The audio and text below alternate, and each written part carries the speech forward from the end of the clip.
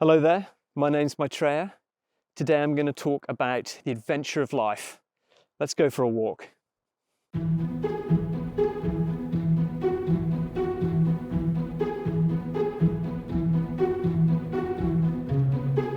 For me, life is in many ways more of an adventure than it's ever been. Now that's kind of strange for me because I'm 47 and my first 30 years of life were obviously an adventure. I traveled the world, I did lots of different things, I met many people. I had a lot of the adventures that people think, oh, that's really cool, you know? I went whitewater rafting, I parachuted, I got arrested twice, I worked in the City of London as a trader for a while, I gave it all up, and it seemed like my life was like this incredible adventure, really, to look at.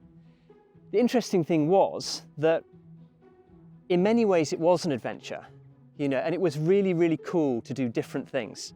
It was really cool to see life as something that I needed to explore and kind of conquer. But interestingly enough, my happiness level was much lower back then than it is now.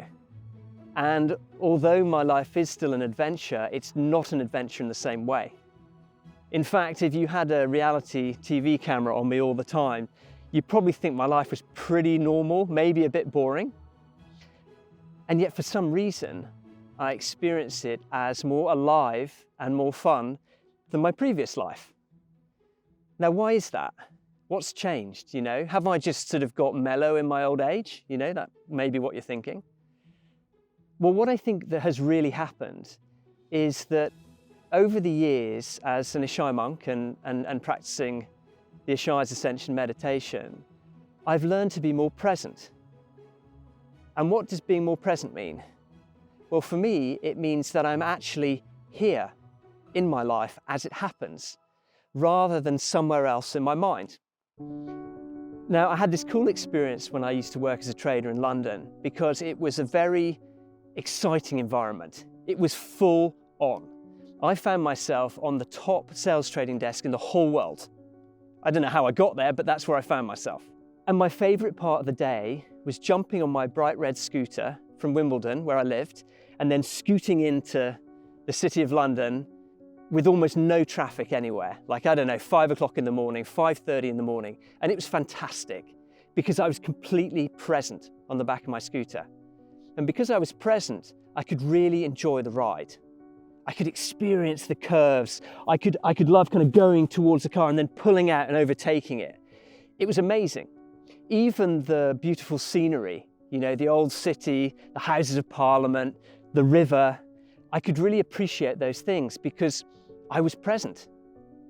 But interestingly, as I kept working in London and I myself became less happy and I started to think more and more about what was wrong with my life, the scooter ride stopped being so much fun because I stopped being present on the bike.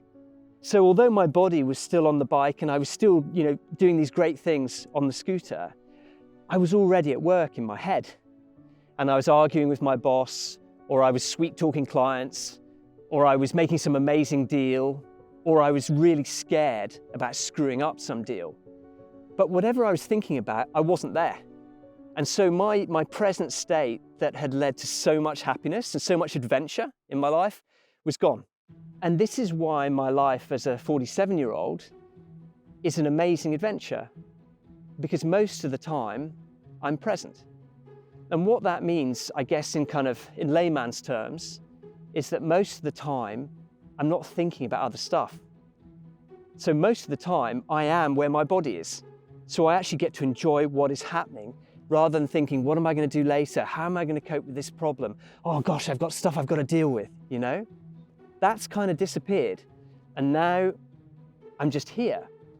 And it's cool because it means that most of what I do is enjoyable. Whether it's doing the washing up, whether it's going for a walk with a friend, whether it's doing my accounts. I tend to enjoy it because my mind isn't just going all over the place like it used to.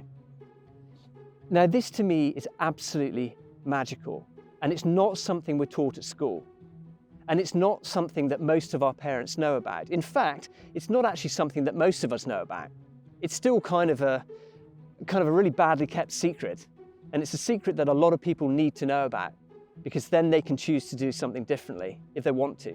And the secret is that peace and adventure, and in most situations, enjoyment of life, is all down to where we are in here. It's not really about the circumstances. Now, you might think to yourself, well, that's easy for you to say, you know, I've got this illness, or I've got these money problems, or whatever. And I would say to you, all the people I know who are present have those issues, they have those problems, they have those challenges in their life. You know, they come and they go. But by being present with them, we stop suffering from the challenge. So it's not about running away from your problems. It's not about running away from life. What it's really about is learning to live. Because there are 6 or 7 billion people on this planet who are walking around, but not that many of them are genuinely alive. Most of them, and I was one of them, most of them are sleepwalking. And they're just living in all these ideas and these thoughts and this repetitive stuff going on in their minds, and it is spoiling their fun. So if you're the kind of soul that wants to go and climb Kilimanjaro, or wants to go and skydive out of a plane, that's brilliant. Celebrate that fact. But also realize that you can find that same aliveness and presence in your everyday life.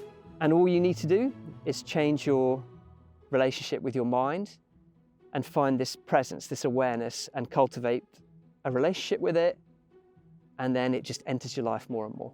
It's not difficult.